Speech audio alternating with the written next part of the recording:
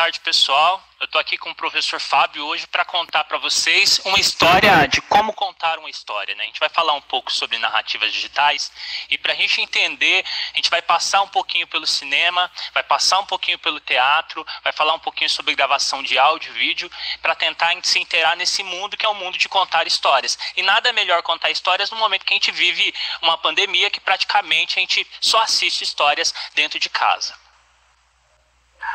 Boa tarde, sou o professor Fábio, vou mediar aqui, acompanhar as suas perguntas e respostas aqui no chat. Fique à vontade de participar, tá bom? Espero que vocês colaborem aí, participando à vontade, respondendo, perguntando. À medida do possível, eu vou tentar ler todas as suas perguntas aqui e as respostas. É muita gente, né? Então, tenha paciência aí, eu acho a sua resposta aqui, tá bom? Uma boa tarde, uma boa aula a todos, hein? Então, para começar essa conversa, a gente vai falar um pouquinho sobre o que são essas narrativas digitais ou storytellings, né? Na verdade, elas são utilizadas dentro do recurso tecnológico para fazer uma propaganda, para ilustrar um determinado produto ou até para a produção do cinema, né? A gente está falando aqui primeiro do cinema, mas se a gente pensar as radionovelas, a gente vai falar um pouquinho sobre isso daqui a pouco, elas são narrativas que são digitais. Elas nascem numa era que é analógica, porém, elas caminham para uma era digital. A gente tem que pensar assim, o homem é um ser social, todo mundo tem uma história para contar. Hoje, quando eu acordei para vir para cá, me preparei, tenho uma história para contar. A minha chegada até aqui é uma história para contar. Se a gente olha para a nossa vida, você tem uma história para contar. Você é aluno do ensino médio, hoje está vivendo uma história que é totalmente diferente, uma história que é única. Ninguém na humanidade foi aluno do ensino médio numa pandemia. Vocês são o primeiro. Vocês inauguram uma nova história. Então, quando a gente pensa em história, pensa em narrativa digital, a primeira coisa que a gente tem que pensar, toda história, ela tem um conflito. Ela tem que ter um problema. Hoje a gente vive o problema da pandemia. Nós vivemos, na minha época, o problema de acesso à universidade. Então, eu, aluno, quando fui aluno do ensino médio, tinha essa história para contar. Outras pessoas viveram, às vezes, acesso à escolarização, não tiveram esse acesso. Hoje, há uma democratização. A gente tem acesso ao ensino através dessa mídia digital que ajuda a gente a contar uma nova história. E vocês fazem parte disso. No final dessa aula, eu vou propor um desafio para vocês. A gente vai contar uma história, vai movimentar as redes, vai fazer uma narrativa digital de forma muito coletiva. A gente vai participar de uma aula totalmente interativa, em que vocês serão os protagonistas. Hoje vocês serão os personagens principais dessa história.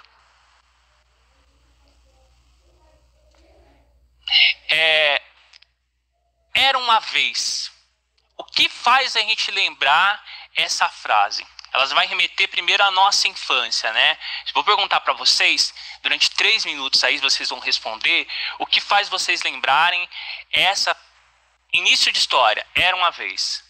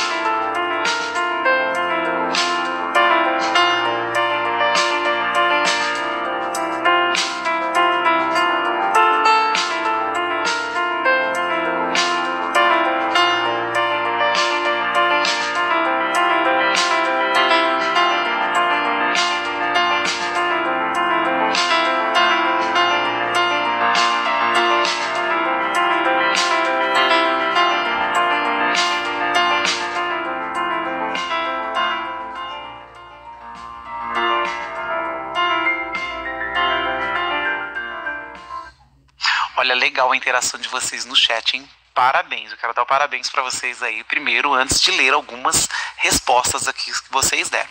Alguns comentaram que se lembraram, porque a pergunta era sobre isso, né? De que história você se lembrou? Alguns lembraram de histórias infantis. Outros mencionaram, olha, eu lembrei de histórias para criança, foi o que a Mayara comentou. O Rafael, o Henrique, a Laura, a Adriana, a Kelly, a Samira e a Aline, elas falaram aí de contos de fadas. Foram as histórias que elas se lembraram.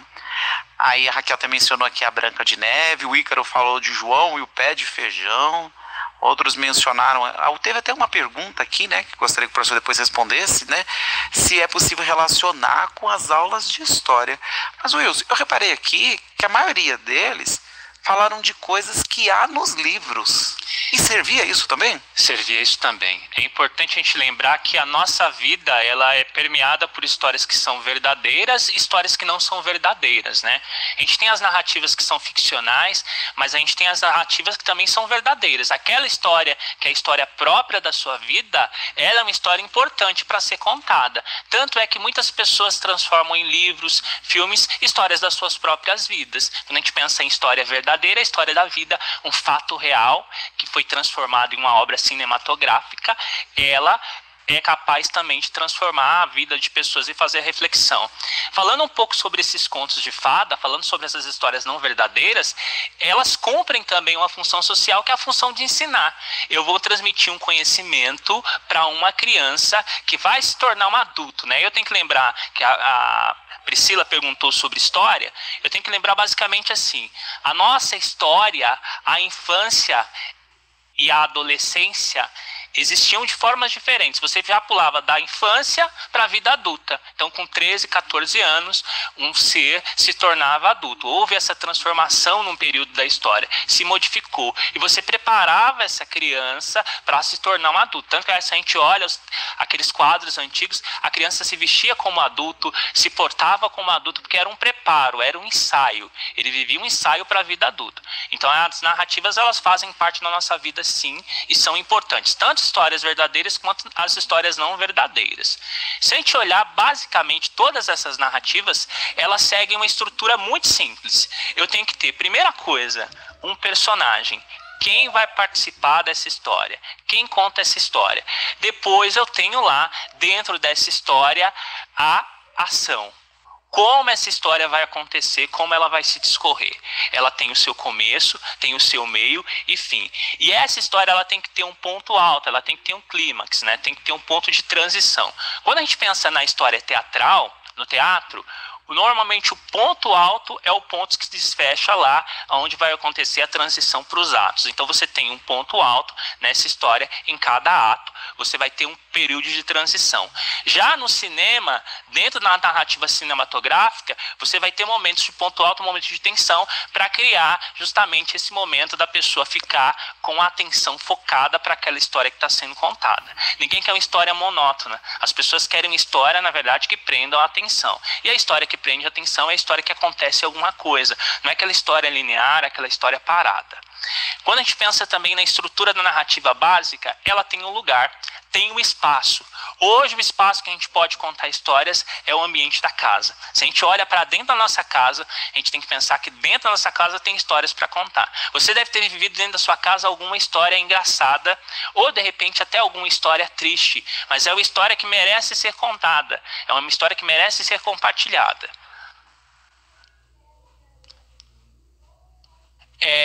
A semelhança entre o teatro e as narrativas digitais, né? Então, quando a gente pensa no texto teatral, basicamente, ele é composto, na verdade, por dois textos. Eu tenho lá o texto que é a fala dos atores, a fala das personagens, mas eu tenho um texto secundário que ele serve de instrução para quem está produzindo aquela peça teatral. Então você tem lá as rúbricas, né, que indicam os gestos, o movimento, a fala, qual momento eu devo gritar e qual momento eu devo falar, como eu devo me movimentar, para onde eu devo olhar, em qual lugar eu devo estar naquele cenário. Então as rubricas, elas servem na verdade para essa indicação. E além disso você tem lá os cenário, que ajuda a contar a história, o adereço, os figurinos, você tem a iluminação, tem toda uma equipe técnica de sonoplastia que ajuda a reproduzir os sons, os efeitos sonoros que fazem parte da história, que fazem parte da narrativa digital. E isso em casa, a gente consegue contar uma história utilizando os recursos que a gente tem. Você pode pegar, por exemplo, uma boneca que você tem em casa, ou um personagem animado, tirar fotos e de repente você constrói uma narrativa digital que é movimento feito através de fotografias. Então você, através de várias fotografias, você consegue criar uma narrativa digital. Tem uma pergunta para vocês. Já ouviram falar em radionovela? Quem já ouviu falar em radionovela? E outra pergunta, o que é podcast?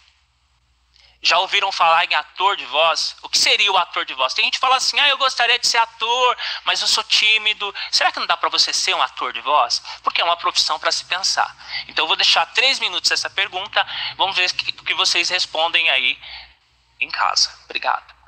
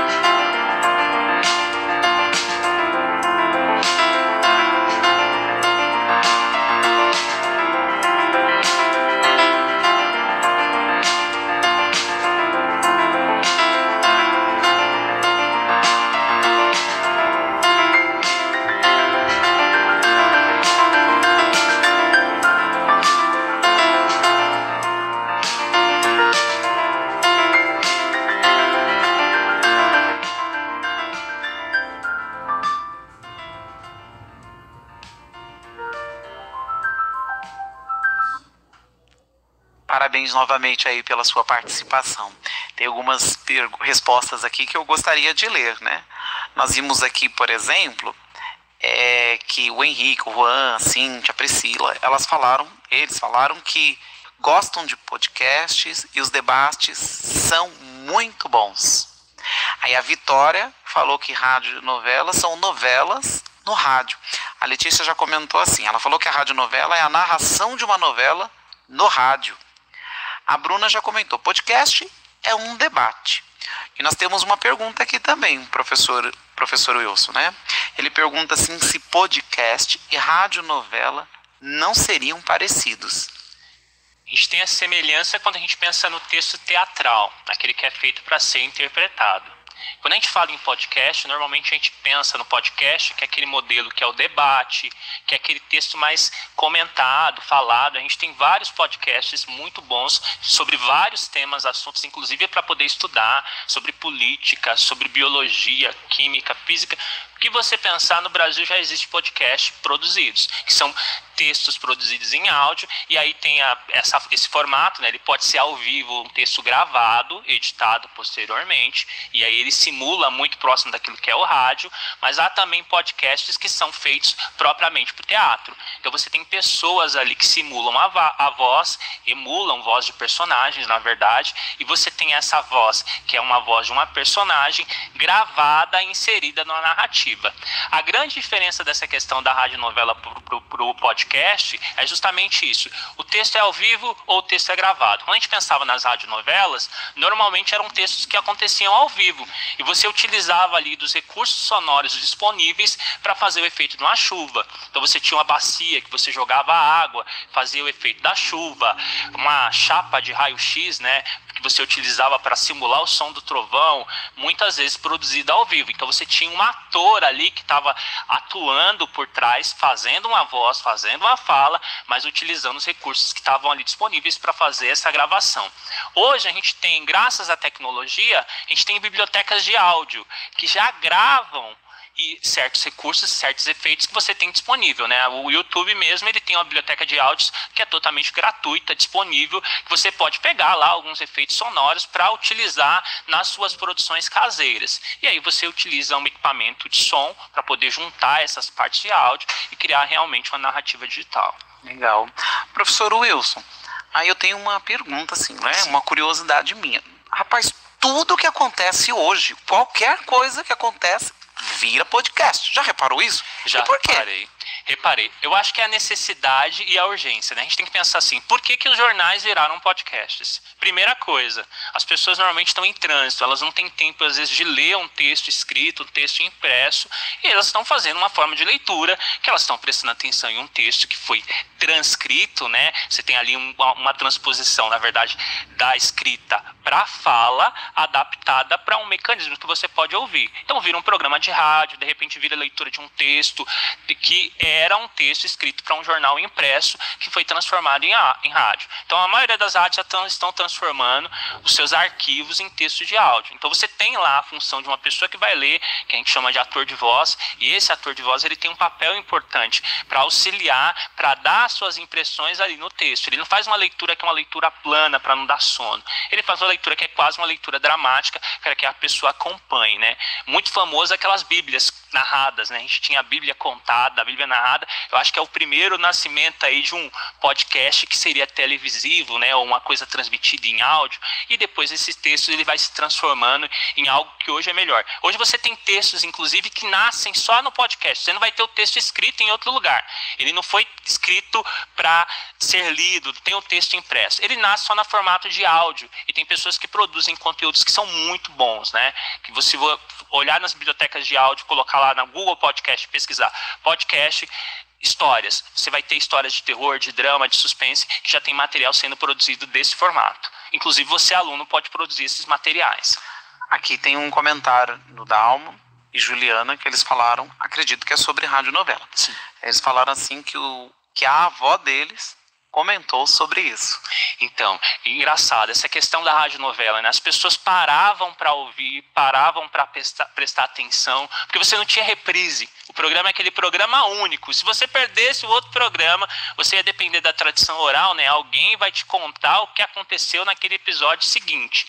Você dependia disso. Mas hoje você tem lá a possibilidade de reprisar esses episódios. Inclusive os aplicativos de áudio, que são próprios para podcast, você pode programar uma playlist, né? Às vezes você começou a ouvir um programa, você coloca o programa seguinte. Você pode fazer opção, selecionar qual ator ou qual programa eu vou seguir. Você faz meio que uma curadoria, né? Vê qual é o programa que é melhor para você, o que se enquadra naquilo que você quer e pode ouvir. Indo para a escola, lavando louça, fazendo de repente até algum trabalho manual que você não tem que ter atenção dedicada, você pode ouvir ali os programas de áudio. A gente vai falar um pouquinho agora como a gente faz para criar um programa de áudio, né? Como é que a gente faz? Qual que é o primeiro passo? Eu tenho que escolher, primeira coisa, um assunto, né? E eu vou elaborar através desse assunto um roteiro. Nesse roteiro não basta ter somente o texto escrito. Eu tenho que ter lá quem fala, quando fala, como fala, qual que é a intensidade da fala, qual que é a duração, a altura. O segundo passo, eu vou escolher. Eu posso pegar o celular, e esse celular eu vou utilizar para gravar, eu baixo o aplicativo do celular e utilizo para gravar, ou eu posso pegar um gravador de áudio. Eu vou mostrar daqui a pouco para vocês o celular e o gravador de áudio para a gente entender um pouquinho da diferença. Segundo passo, já gravei, agora eu vou passar para o terceiro. Eu vou editar essa gravação. Eu posso juntar essas partes de áudio em aplicativos. Existem vários aplicativos gratuitos e simples, né? E aí eu juntando essas partes, eu vou ter que preparar esse áudio para ele ser transmitido para algum servidor para ele ficar armazenado. Existem opções para você armazenar na internet ou você vai enviar em outros lugares, né? Aqui está na minha mão um gravador de áudio que ele utiliza 4 canais de gravação, né? Você tem 4 canais de gravação. Então ele é um pouco mais caro, mas é um gravador de áudio para quem pretende trabalhar com áudio, já é um primeiro passo. Mas o celular também ele grava. O celular, na verdade, a gente acha que ele grava um só canal, mas se você pegar o celular, ele grava 2 canais. Por que 2 canais? A gente está falando em um som estéreo. O celular ele grava um som estéreo. E aí a gente vai fazer a diferenciação um pouquinho de som monofônico e som estéreo. O som do microfone, normalmente, ele vai captar 2 faixas de áudio, que são 2 faixas de áudio totalmente diferentes. Então você tem lá um canal de áudio, que pode ser dividido, na verdade, em 2 canais. E se a gente pega um divisorzinho simples ali, uma pecinha que você coloca para poder fazer essa divisão, você consegue separar um canal do outro. Nessa separação desse canal de um para o outro, você consegue fazer trabalhos com esse som. Você consegue, por exemplo, criar um movimento, a impressão de movimento, quando você coloca o som para aparecer num lado e ele aparecer em outro lado do fone de ouvido. Então você consegue criar um movimento. É claro, quando a gente pensa em estúdios profissionais, eles vão gravar áudio lá em até mais de 5 canais. E aí você vai ter essa impressão de movimento muito maior que a impressão de movimento que é dada pelo fone de ouvido. Mas para a gente começar a nossa conversa, conseguir fazer essa transição de um lado para o outro, você consegue fazer esse movimento. Quando a gente pensa em vídeo, o vídeo ele tem um outro formato, né? A gente normalmente fica preocupado só na qualidade da câmera, mas a gente tem que também ter a preocupação na qualidade do áudio, né? Quando a gente pensa, para fazer o curta-metragem, o que eu preciso? Eu vou escolher, primeira coisa, o cenário. Eu vou pensar qual é a iluminação. Se eu não tenho iluminação artificial, que é a iluminação de estúdio, eu vou ter que pensar qual é a iluminação natural que eu vou usar. Hoje as câmeras celulares elas evoluíram muito, a gente consegue utilizar essas câmeras para avançar e você consegue fazer alguns vídeos que são de melhor qualidade que eram antigamente. Então a gente tem uma evolução dessas câmeras de celular. É claro que não dá para comparar com uma câmera profissional de cinema, que você consegue capturar essas imagens de modo melhor, de modo profissional e fazer a separação dessas imagens em fotografias mais precisas, né? Porque quando eu falo de cinema, eu tenho que lembrar basicamente que eu estou falando que o cinema é a evolução da fotografia. E essa impressão da imagem, ela faz com que a gente perceba os movimentos, as características e as formas. Segundo passo, eu vou fazer a captura dessas fotografias. E o último passo é a edição. É claro que eu estou falando de forma muito simples, muito simplória, mas eu tenho que pensar nesse movimento agora do cinema como evolução. Aqui eu coloquei alguns exemplos de planos de enquadramento, né? Quando a gente tira uma fotografia, a gente pensa em alguns planos, né? E esses são os planos básicos que a gente tem em qualquer fotografia. O primeiro é o plano inteiro, né? Em que o personagem aparece todo. Depois a gente tem o plano americano, que o personagem aparece pela metade, aparece a cintura, e a gente vai ter o plano detalhe. Tem uma lista de planos na internet, você pode pesquisar, dar uma olhada, se você colocar planos de enquadramento, tanto para a fotografia para o cinema, esses planos vão ser os mesmos. E aí você consegue utilizar dentro da sua produção audiovisual.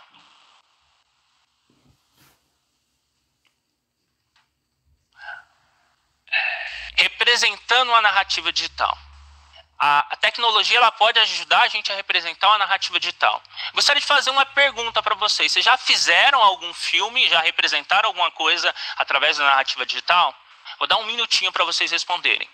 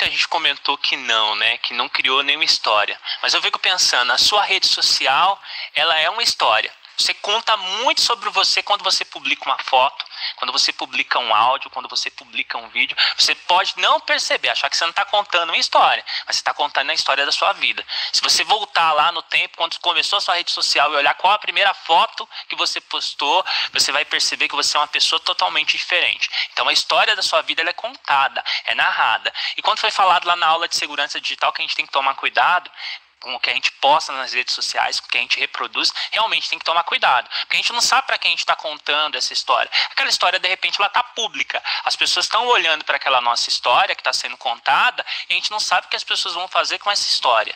Então, as histórias são contadas. Tem uma pergunta aqui, né, já que a gente comentou que tudo vira podcast, né? Acho que alguém ainda está querendo fazer um podcast. Tomara que não seja sobre nós, né? Bom, mas a pergunta é sobre qual tipo de áudio, né? Qual tipo de aplicativo ou áudio para poder gravar, né? A pergunta é, qual é o tipo de áudio melhor para gravar um podcast? Você tem alguma dica aí? A primeira dica é pensar na questão do equipamento, né? Quando a gente pensa em equipamento, às vezes a gente só tem o celular e a gente comete o equívoco, né, de achar que o microfone do celular ele é um microfone ótimo, excelente. O microfone do fone de ouvido do celular ele já é melhor. Claro que você vai precisar tratar esse áudio, mas ele isola, porque ele não capta o som ambiente. Então, se você grava o seu podcast com o fone do seu celular, a qualidade do áudio vai sair um pouco melhor. Não vai sair uma qualidade excelente. E aí você vai acabar não investindo em um equipamento que é um pouco mais caro. Mas a minha dica é, grave sempre com o fone de ouvido. Utilize o fone do celular, que ele tem um microfone anexado, e esse microfone do fone de celular ele consegue captar um áudio de uma forma melhor, qualidade melhor. A segunda parte, eu acho que tem uma pergunta assim, ó. Tem alguém perguntando assim, o Guilherme está perguntando se o podcast vai substituir o rádio ou o jornal. Não, não vai substituir. É uma mídia que caminha paralelo, né? Eu não posso prever o futuro, é claro, né? Mas é uma afirmação. Uma mídia que caminha paralelo. Você vai precisar ainda do texto escrito. A dependência do texto escrito, ele precisa ser roteirizado. Quando a gente pensa num jornal, as histórias que são contadas ali, elas têm começo, meio e fim. E você tem pessoas que trabalham profissionalmente elaborando essas histórias. Elas contam e tentam resumir essa história que é contada, a história do dia a dia, de uma forma melhor, que otimize o seu dia a dia. Então você precisa ainda ter o jornal impresso, o escrito, que na verdade vai servir de apoio para aquilo que é produzido no áudio. Então o áudio, na verdade, ele vai servir como complemento para aquilo que já está escrito. Tem essa outra pergunta aí também que é bem interessante. Olha, é a Arlete, né? Ela pergunta se a narrativa do teatro é a mesma do cinema. Não é a mesma, porque quando a gente pensa no cinema, ele tem os planos de enquadramento. No teatro, embora você tenha a iluminação, que dá foco no ator, né, que seleciona o movimento do ator, você não consegue fazer os mesmos recortes que uma câmera faz. Você não consegue fazer os movimentos que a câmera cinematográfica faz. Então, se você, por exemplo, faz uma peça teatral na sua escola e grava essa peça teatral, ela vai ser uma linguagem totalmente diferente, porque você vai conseguir ir para outros ambientes, outros cenários, além do que você vai conseguir fazer o detalhe, o enfoque, né? De repente você está contando uma história que a pessoa chega silenciosamente no meio da noite. Você pode contar isso no cinema. No teatro, você vai contar essa história, vai ter que escurecer a iluminação, falar que a pessoa chega no meio da noite, de repente pode ter um narrador falando isso, mas no cinema você consegue focar o pé da pessoa, se movendo lentamente, consegue colocar o som, o barulho, e você causa outras impressões que o teatro não consegue causar. Então você tem impressões que são diferentes. A impressão do cinema, se ela é trabalhada associado ao teatro, é claro que uma depende da outra, né? Você precisa de bons atores que consigam imprimir dentro da história o drama e a narrativa, você consegue elaborar. Onde a gente conta a história, né? Onde a gente pode contar as nossas histórias. Aí eu dei exemplo de algumas redes sociais, né? O Facebook a gente conta a nossa história, é onde a gente conhece mais. O WhatsApp é onde acontecem as maiores histórias, né? Tragédias inclusive. A gente separa, briga, casa, divorcia, namora, conquista, paquera, publica. O WhatsApp é onde tem acontecido a maioria das histórias. Inclusive, boa parte da história da nossa vida agora, em tempo de isolamento social, ela acontece no WhatsApp. A pessoa pessoa que partiu, que está distante, que você tem saudade, você consegue se comunicar através do WhatsApp. O Instagram, você conta a história através das fotografias que estão ali. E o Twitter, que é uma rede às vezes esquecida, mas ele ajuda a contar histórias de forma concisas, né? Em formas breves. Você tem lá poucos caracteres para contar a história e às vezes essa história pode ser apreendida por uma pessoa de forma mais rápida.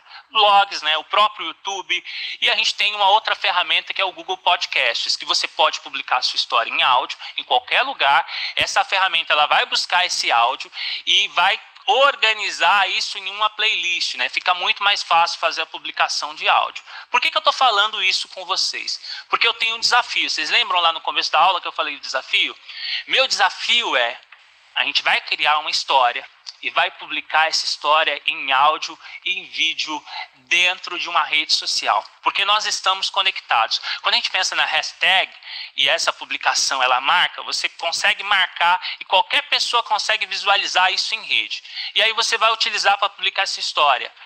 Centro de Mídia São Paulo, pode colocar CMSP, Tecnologia e Inovação. Por quê? Você vai tornar essa história visível para outros alunos que assistiram essa aula, que participaram desse momento junto com a gente aqui, e ele vai contar essa história. Eu tenho uma coisa legal para vocês. Tem um personagem que dá para vocês incluírem. Tem falado muito aí sobre o Bob, né? Bob é um personagem da Secretaria da Educação, que está lá no Centro de Mídia, e você pode utilizar o Bob como personagem dessa história. Qual formato que eu posso usar? Áudio, vídeo.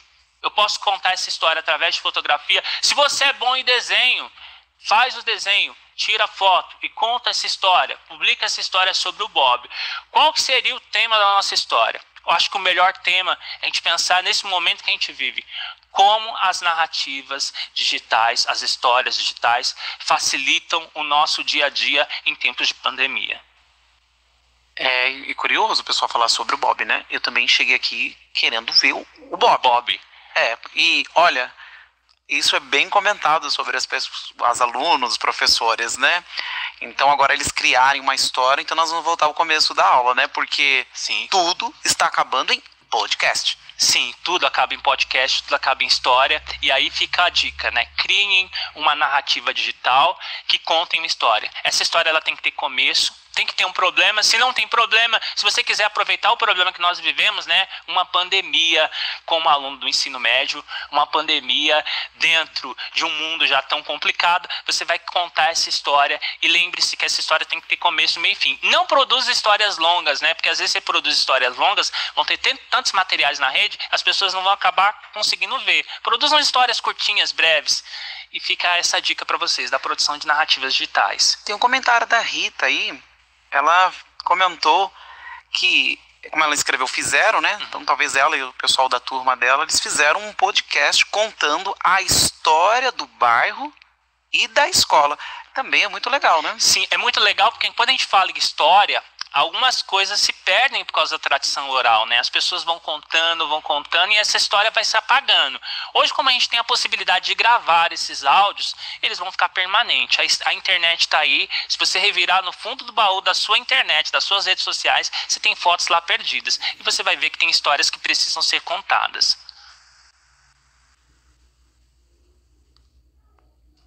Então Agora, gente, muito obrigado por ter participado com a gente aí. Eu espero ter contribuído com vocês com essa aula, contando um pouco sobre narrativas digitais. É claro que é uma aula inicial, né? A gente pega o currículo do ensino médio, primeira, segunda e terceira série do ensino médio, é basicamente a mesma coisa que a gente vai ver. Então essa história inicial, ela começa agora. É o primeiro start. Lembra lá de publicar a sua história. Fábio? Então agradeço também de ter participado, né? Mas acho que você consegue responder mais uma pergunta. Consigo. A gente tem um tempinho, é a pergunta da Eliana aí, né? Qual é a diferença entre a história falada para a história escrita, se uma pode completar a outra? Você conseguiu entender a pergunta? Mais ou menos, mas eu vou tentar responder naquilo que eu compreendi. A história escrita, ela demanda muito da interpretação do outro. A história falada, ela fica registrado já de forma interpretada. Alguém leu aquele livro daquela forma. É basicamente a diferença entre um livro escrito e um livro que foi imaginado e pensado para o cinema. Você tem vários filmes que foram feitos dessa forma, né? Alguém leu, alguém interpretou que aquela cena era daquela forma e fica uma pergunta para a próxima aula. Tchau, tchau.